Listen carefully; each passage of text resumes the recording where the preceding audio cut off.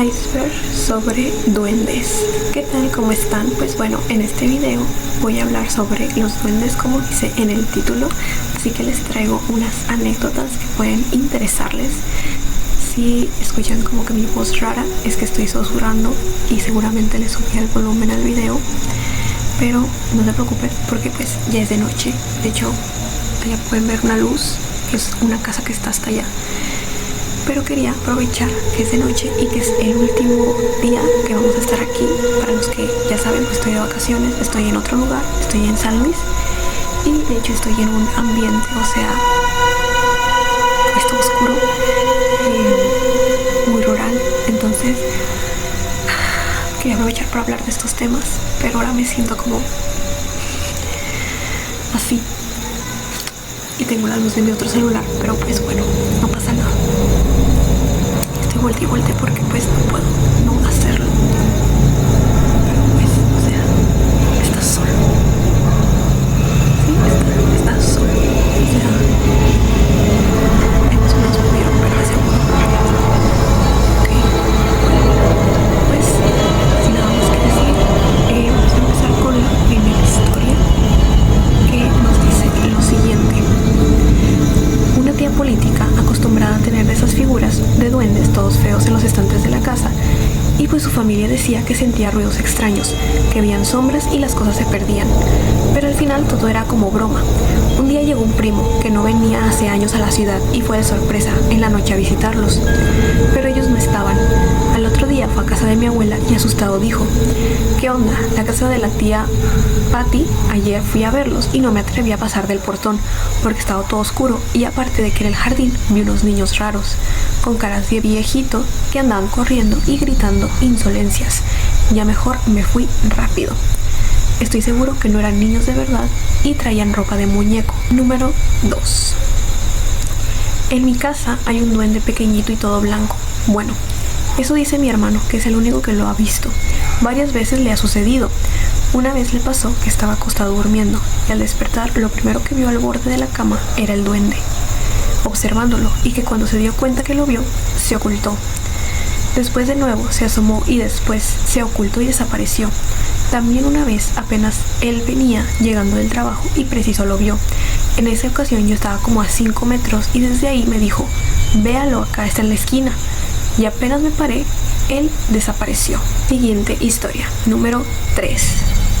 Cada vez que se me pierden las cosas porque no sé dónde las dejo o olvido dónde las dejé, siempre maldigo a los duendes. Pero fuera de chiste, tengo 2 historias. Ok, número 1. Le pasó a mi mamá. Cuando ella era niña, ellos vivían en un pueblo que se llama San Sebastián Huehuetenango. La cuestión es que ella se fue al baño, pero ustedes saben que las casas en los pueblos la mayoría están afuera y tienen que caminar cierta distancia.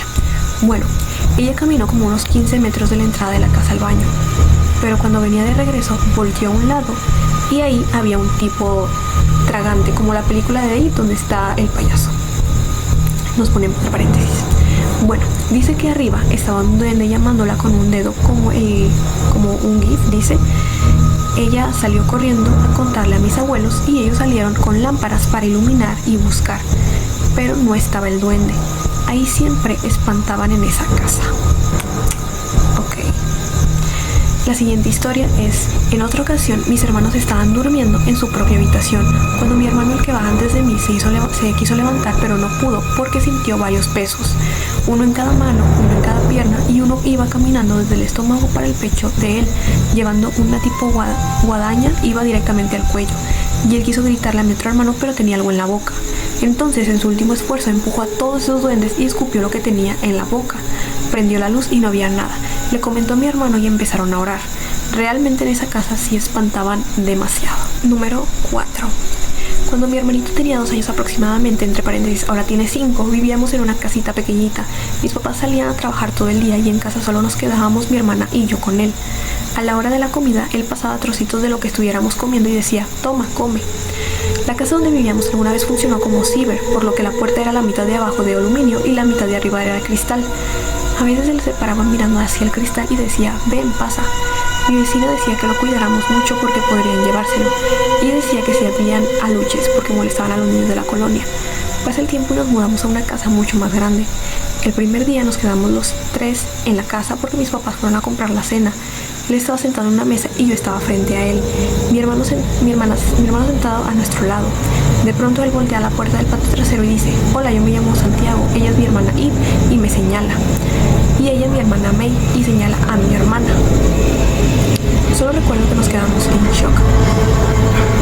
Posdata, ambos son mis medios hermanos. La abuela materna de ellos se dedicó mucho tiempo a la brujería y ese tipo de cosas, y ella decía que mi hermana tenía el don de ver otras cosas.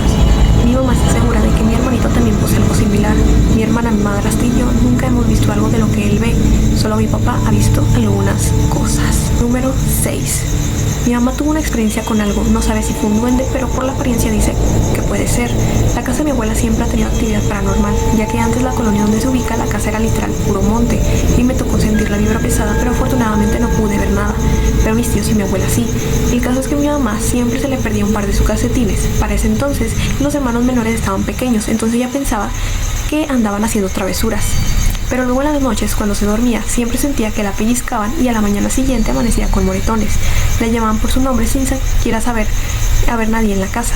Hasta que un día vio a uno de esos. Dice que estaba muy pequeño de estatura, tenía la cara de un niño muy bonito rubio, y ya después de años intentó pensar que probablemente era un alma en pena, pero por la estatura es difícil creer que eso era un niño. Hasta la fecha no sabe si era un duende o algo más, porque ha investigado y prácticamente lo que le hacían es lo mismo que los duendes hacen.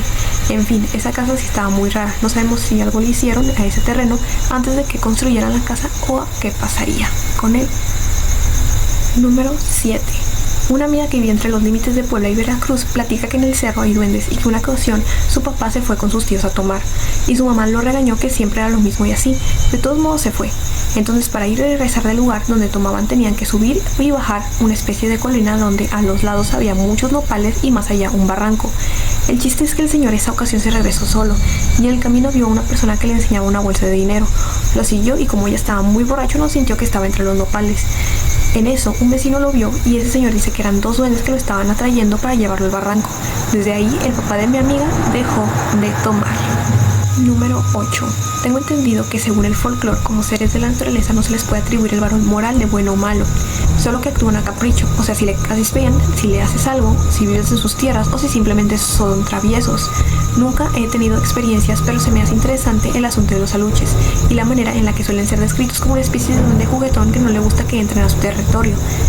En Tehuacán, Puebla, hay un puente precisamente llamado el Puente de los Duendes, donde se dice que viven y de que de noche suelen jalar a la gente hacia abajo a sus dominios.